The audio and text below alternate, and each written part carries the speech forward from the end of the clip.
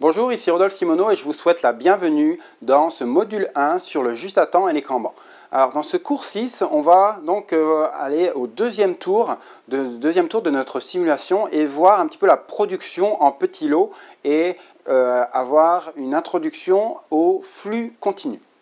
Donc dans cette étape numéro 2, dans ce tour numéro 2, on va donc travailler dans un système de production qui travaille toujours en flux poussé, mais avec des petits lots, des petites tailles de lots. Donc ainsi, on va définir comme le mouvement d'un produit à un autre entre deux processus va pouvoir se faire à partir d'une unité, de manière à ce que le travail puisse être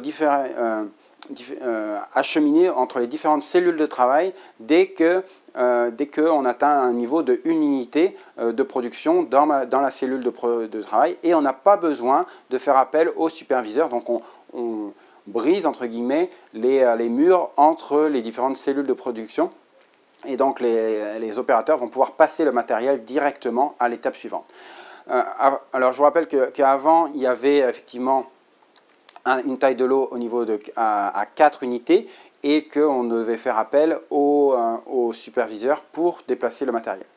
En revanche, on est toujours dans cette idéologie de travailler au maximum dans notre cellule de travail et uniquement dans notre cellule de travail. On n'est pas là pour aider le voisin, mais on est là pour maximiser nos indicateurs dans le cadre de notre département, notre cellule de travail. Et donc, tout ce que l'on a fabriqué, on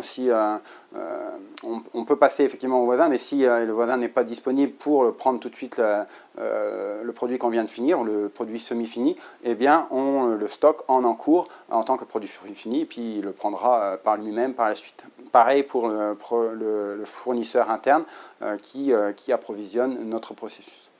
Alors toujours avec cette idée d'une dizaine de minutes pour les 24 avions à livrer, et donc mesurer toujours les mêmes types d'indicateurs.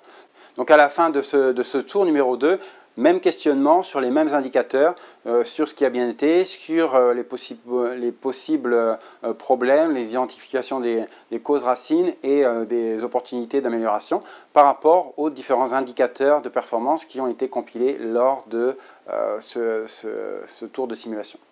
Et vous pourrez conclure évidemment par un élargissement dans le cadre de votre organisation. Où est-ce que vous avez ce genre de processus en place, les avantages, les inconvénients que vous pouvez retrouver, et où est-ce que, dans quel processus dans votre entreprise vous pouvez les retrouver.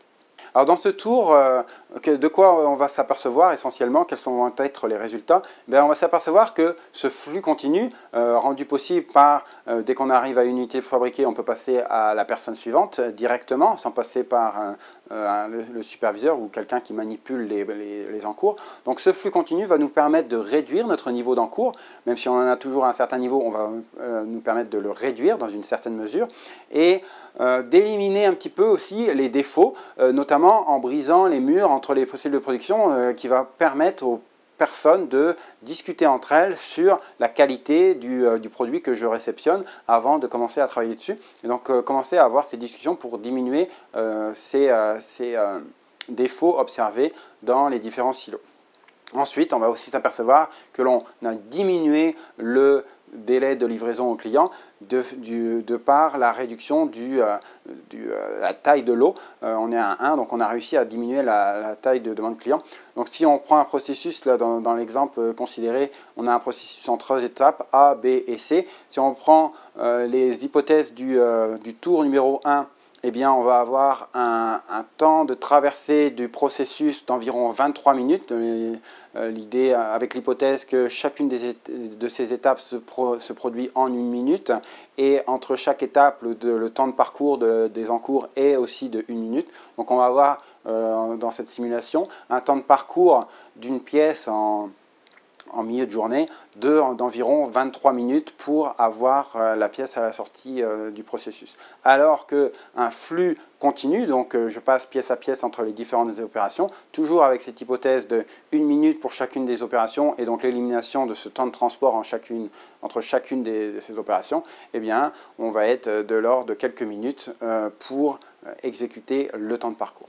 Donc, Le flux continu, qu'est-ce que ça va nous permettre? Ça va nous permettre effectivement de réduire les niveaux d'encours, les inventaires en cours de production, de réduire aussi les niveaux de défaut en ayant la possibilité d'interagir entre les différentes cellules de production sur la qualité des produits que l'on réceptionne. Et on s'aperçoit aussi que ça requiert un niveau minimum de transport entre les différentes cellules de production et donc gagner tout ce temps, donc éliminer le gaspillage associé au transport entre les différents processus. Donc c'est ce qu'on appelle le flux continu. Ce sont les différents avantages que l'on peut avoir à la mise en place d'un flux continu. Qu'est-ce que va aussi nous permettre la mise en place de flux continu? Ça va nous permettre de mettre en place une main-d'œuvre flexible entre les différentes opérations.